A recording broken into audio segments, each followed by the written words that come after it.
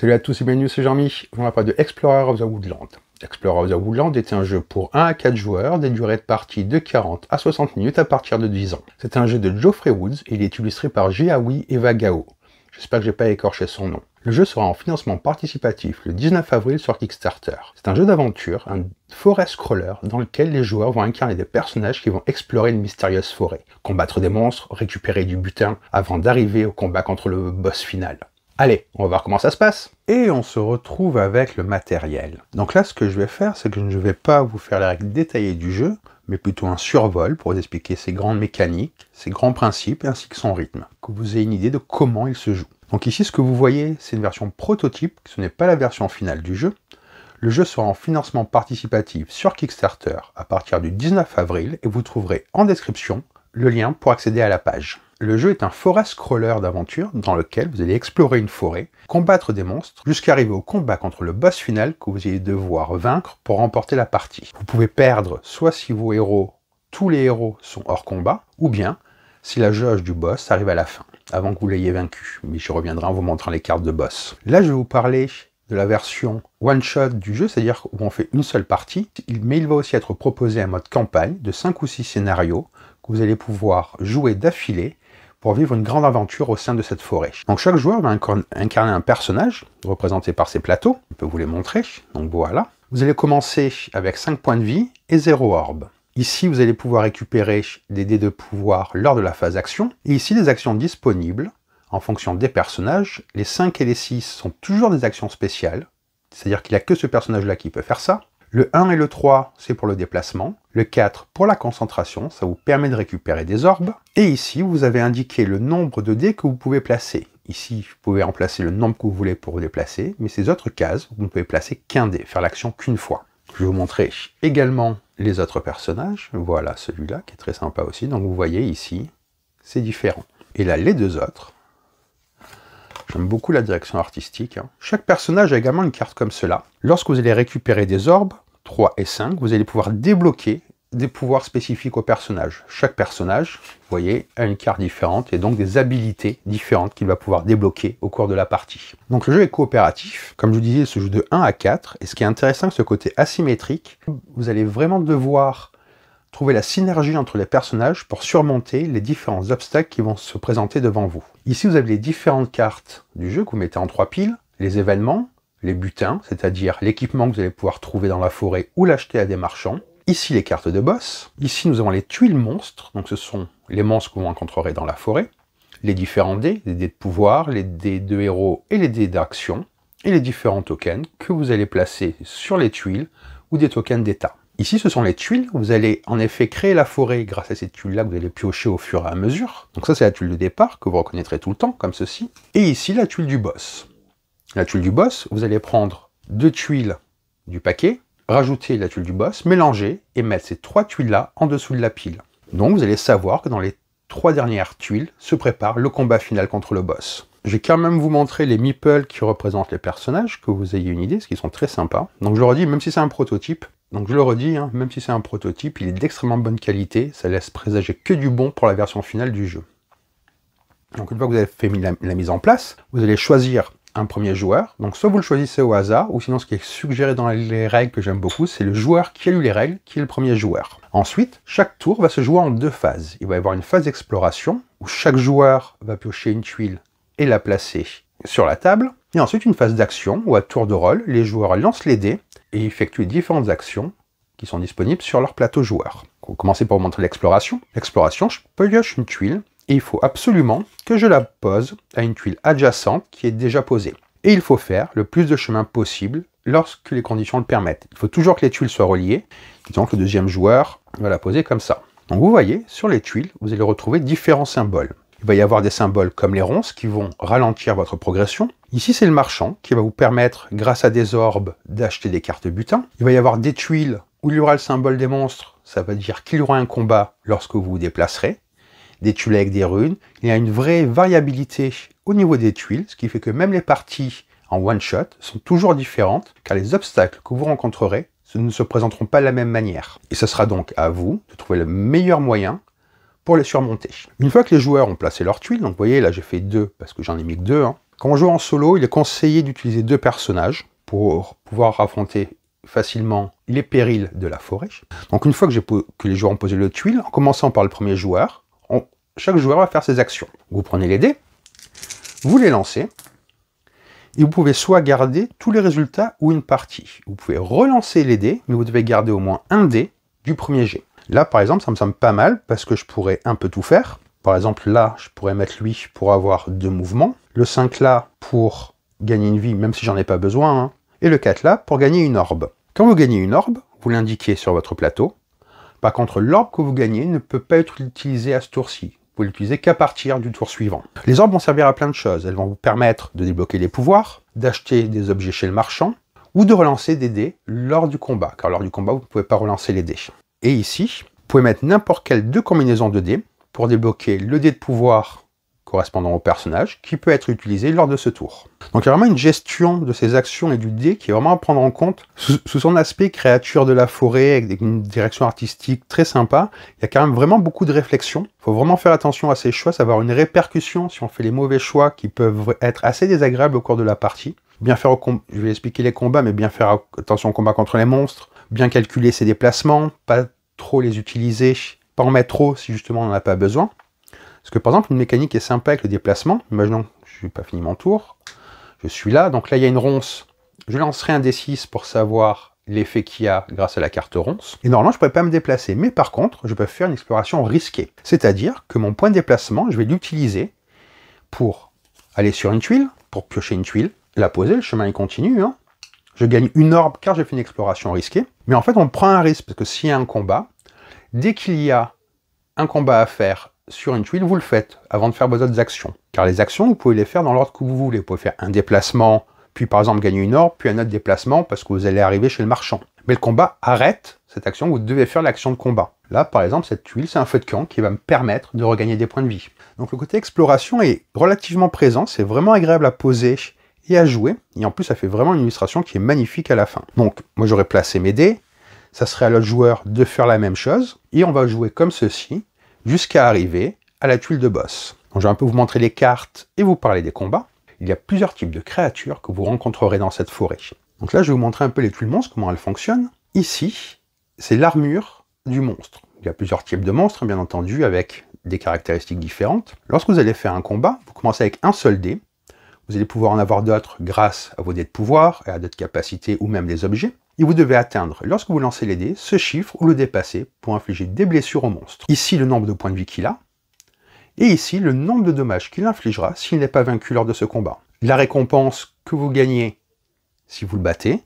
Et ici, il peut y avoir des effets négatifs si vous n'arrivez pas à le vaincre. Ici, il peut avoir des forces ou des faiblesses. Être fort contre un certain dé de pouvoir et faible contre d'autres. Là, par exemple, le dé bleu, il a plus 1. C'est-à-dire que si vous faites un 4 et que vous avez utilisé le dé bleu aura une valeur de 5. Et les tuiles, lorsque il y a une tuile monstre, vous les mettez de manière cachée. C'est qu'au moment où vous allez vous déplacer sur la tuile que vous révélerez ce monstre-là. Une fois qu'un monstre est vaincu, vous le mettez de côté, sauf certains monstres qui reviennent dans la pile et que vous rencontrez une nouvelle fois. Si par exemple, on est plusieurs sur la même tuile, on peut faire un combat groupé.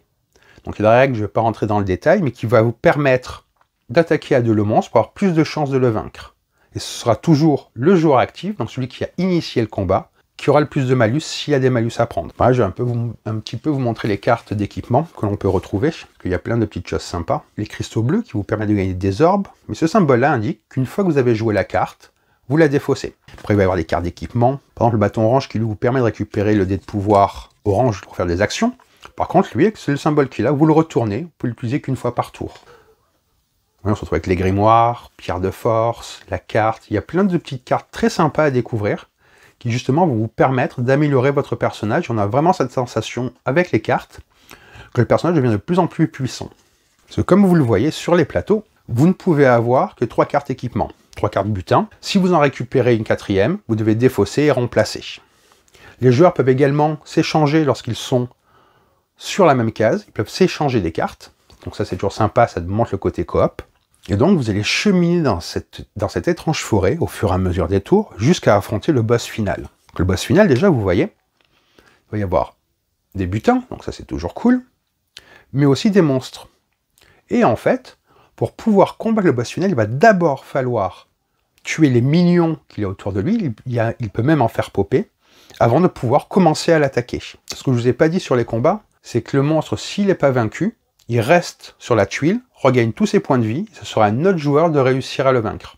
Donc il faut vraiment faire attention, ça a l'air des petits monstres gentils, mais si vous n'arrivez pas à les éliminer de suite, ils peuvent vraiment ralentir votre progression, vous faire perdre des points de vie et vraiment vous embêter la vie. Donc, une fois que vous arrivez à la carte boss, vous sortez une carte boss, je vais vous montrer celle-là par exemple. Donc ici ça va être la piste de menace, qui en fait, vous commencez en mettant une ici, au fur et à mesure ça va augmenter, donc le boss n'est pas vaincu, et si ça arrive à la fin, la partie est perdue. Ici les caractéristiques du boss, et au début de chaque combat, vous lancez un dé pour voir l'effet que provoque le boss, un petit peu son attaque spéciale on va dire, moi c'est comme ça que je l'ai vu. Là par exemple je vous disais, il va faire popper un monstre, ce qui veut dire qu'il faudra recombattre un monstre avant d'essayer d'aller le blesser. Il va être immunisé à certains dés de pouvoir, il va vous voler des orbes, il va augmenter sur la piste de menace, il faut vraiment réussir à le battre de manière assez efficace, parce que plus on va attendre, et plus cela risque d'être compliqué. Ce qui est vraiment intéressant, c'est qu'il faut vraiment réussir à bien explorer la forêt, réussir à faire les combats, ne pas trop s'écarter, parce que si on s'écarte trop, on va pouvoir se retrouver à un moment donné avec des monstres un peu partout, et ça va être compliqué de réussir à avancer. Et contre le boss, il faut vraiment que tout le monde se soit mis d'accord, ou se soit préparé de la meilleure manière possible pour réussir à le vaincre. Et on sent vraiment cette montée de régime, de tension, au fur et à mesure qu'on va avancer dans la forêt, qu'on va réussir les combats. Les premiers, on va avoir un petit peu de mal, on va dire, puis au fur et à mesure, on récupère l'équipement, on y arrive de mieux en mieux, mais on va perdre des points de vie. On sait que le boss va pas tarder à sortir, quel genre de boss on va affronter, quelle est la meilleure stratégie à employer pour arriver à la fin. Et on sent vraiment ce côté coopération qui ressort, et ce côté aventure, exploration, qui est très présent, avec un univers graphique qui est vraiment de qualité de mon point de vue. Une des mécaniques que j'aime bien, c'est le coup du 5 et du 6, où vraiment, du coup, c'est des pouvoirs différents, des capacités spéciales, qui vont vraiment amener une asymétrie et une profondeur au jeu, qui donne vraiment envie de plonger dans l'aventure et d'essayer tous les différents personnages et les meilleures combinaisons possibles. Et tous les pouvoirs que vous récupérez là avec les orbes, comme je vous disais, sont aussi très sympas. Ça rajoute une profondeur au jeu et on sent ce degré d'évolution du personnage, que ça soit avec l'équipement, avec ses pouvoirs. On va vraiment jouer. Chaque personnage a une sensation différente au niveau du jeu. Et au niveau de l'exploration, on a un peu ce côté brouillard de guerre, même si elles ne sont pas posées, mais on ne sait pas sur quoi on va tomber. Par exemple, là sur le tirage que j'ai fait, avoir le marchand très tôt, c'est peut-être pas la meilleure chose. Il y a une tuile qui permet de revenir à la tuile de départ. Il y a tout ce côté de réflexion où il va bien falloir réussir à bâtir son personnage, surtout avec l'équipement, je trouve, pour réussir à en tirer le mieux possible et être le plus efficace possible. Ce qui est très sympa pour un jeu coopératif avec ce thème-là, ce côté forest crawler qui du coup change des donjons auxquels on est habitué, c'est que je pense qu'on peut y jouer avec des enfants de tout âge parce que le thème est très facilement abordable, les couleurs sont chatoyantes, c'est facile à sortir. Les règles sont pas très compliquées de premier abord. Il y a surtout faire attention aux différentes icônes qu'on va retrouver, comprendre comment fonctionnent les monstres, mais très vite, on est porté par ce côté aventure du jeu. Et l'iconographie est vraiment très simple. Au bout de quelques tours, vous comprenez comment tout fonctionne, que les dés aient une couleur différente, que ce soit pour les dés de héros ou de combat. Pareillement, ça permet que ça soit de suite très clair. Il y a aussi un mode avec des monstres enragés qui vont vous rendre les combats plus difficiles. Il y a aussi des éléments à débloquer au cours de la campagne qui sont prévus. J'ai pu en voir un ou deux. Il y a vraiment des idées sympas qui vont renouveler encore plus l'expérience de jeu. Même si vraiment l'expérience de jeu, à chaque fois, je vous dis, elle est vraiment différente. J'ai fait quelques parties quand même. Et cette mise en place avec les tuiles qui ont des symboles différents, qui ont des attitudes différentes, qui vont vous ralentir plus ou moins, permet à chaque fois de vivre une nouvelle aventure. Même en voyant les personnages, si vous êtes 2 ou 3, ça va vous permettre d'appréhender l'aventure dans cette forêt de manière totalement différente. Il va y avoir un mode campagne qui va être proposé, j'ai vraiment hâte de voir ce que ça donne. Rien que l'esprit du jeu est très prometteur sur ça. On voit un petit peu ce qui peut se tramer entre les monstres, les différentes créatures, les différents boss, si on a envie d'en savoir plus, de rentrer encore plus dans cet univers qui est riche et foisonnant. Je vais juste vous redire vite fait comment fonctionne le jeu. Chaque tour de jeu se passe en 2 phases. Une phase d'exploration où les joueurs à tour de rôle vont piocher une tuile et la poser. Il faut toujours que ça soit adjacent et pouvoir créer un chemin. Ensuite, dans l'ordre du tour, on va lancer les dés. Et les phases de dés correspondent aux actions qui sont disponibles.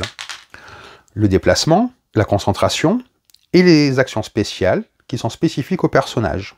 Et ici, avec 2 dés de n'importe quelle combinaison, récupérer le dé de pouvoir pour être plus efficace lors de certaines actions. On joue comme ça au fur et à mesure de la partie pour explorer toute la forêt et arriver au combat final contre le boss. Et les tours s'enchaînent, sont vraiment fluides. Il y a aussi, je suis pas rentré dans le détail de cette règle-là, mais comme je vous disais, la possibilité d'aider ses camarades lors de certains combats, le fait de s'échanger les objets, il y a vraiment le côté coopératif est très présent. Et je trouve que le jeu est plus complexe que le thème peut laisser imaginer. Il y a vraiment de la réflexion à avoir. Il y a les têtes baissées, ça va pas forcément être une bonne idée, il y a peu de chances que ça se solde par une victoire. Et pour gagner, comme je vous disais, il faut réussir le combat contre le boss final. Il y a plusieurs boss, hein, c'est pas toujours celui-là, je vous montre que celui-là, que vous ayez quelques surprises lors de la campagne. Apparemment, là, vous voyez certains tokens, mais il y a des tokens de poison, c'est-à-dire qu'il y a des monstres. Il y a des monstres qui vont mettre du poison. Tous les tours, vous allez perdre un point de vie, sauf si vous arrivez à vous soigner.